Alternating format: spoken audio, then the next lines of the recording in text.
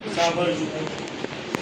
રમણીય એવી પવિત્ર કાશી નગરીની અંદર એક નિર્ધન ગરીબ બ્રાહ્મણ રહેતો હતો.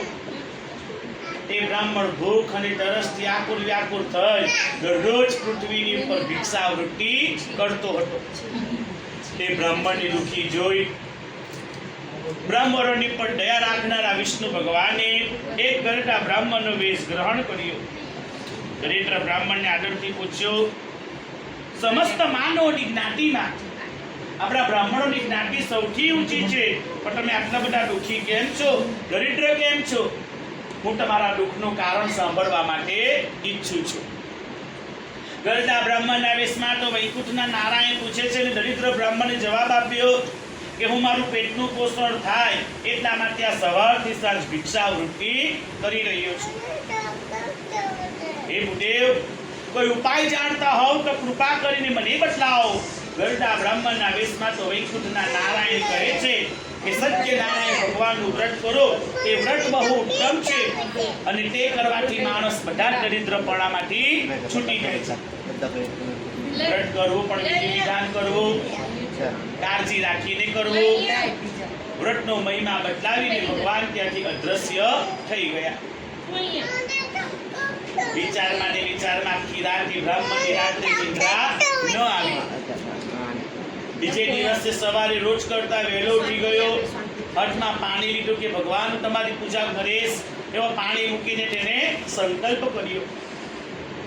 ભગવાનની કૃપા થઈ કે તે દિવસે તે બ્રાહ્મણને ભિક્ષાવૃત્તિ ઘણી બધી મળી. મનમાં ભગવાનનો ઉપકાર માન્યો, પૂજા સામગ્રી ભેગી કરી, શ્રદ્ધા રાખીને તે બ્રાહ્મણે ભગવાનનું વ્રત પૂરું કર્યું. એ વ્રતનો પ્રભાવ એટલો બધો પડ્યો કે તેને જે દરિદ્રપણું લાગેલું હતું તે છૂટી ગયું. ખૂબ સંપત્તિવાન થયો અને એક સારી બ્રાહ્મણ તરીકે તેને પદવી પ્રાપ્ત થઈ. જ્યારે શરીરમાંથી દેહ છોડ્યો, ભગવાનના દર્શન કરી તેણે વૈકુંઠમાં વાસ મેળવી લીધો.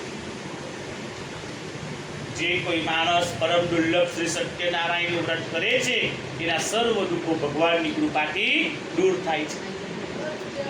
એક બીજું દ્રષ્ટાંત તમને હું આપું છું, ધ્યાનથી તમે લોકો સાંભળજો. એકવાર શ્રેષ્ઠ બ્રાહ્મણ સતાનંદ પોતાના વૈભવ અને વિસ્તારથી ભગવાનની પૂજાની તૈયારીમાં બેઠેલો હતો. એ વખતે લાકડા કાપી વેચનાર એક ભીલ જાતિનો કઠિયારો લાકડા વેચતો તે બ્રાહ્મણના ઘર બાજુ જઈ ચડ્યો. બપોરનો સમય હતો કે તે કઠિયારાને પીવા માટે પાણીની ખૂબ તરસ લાગી.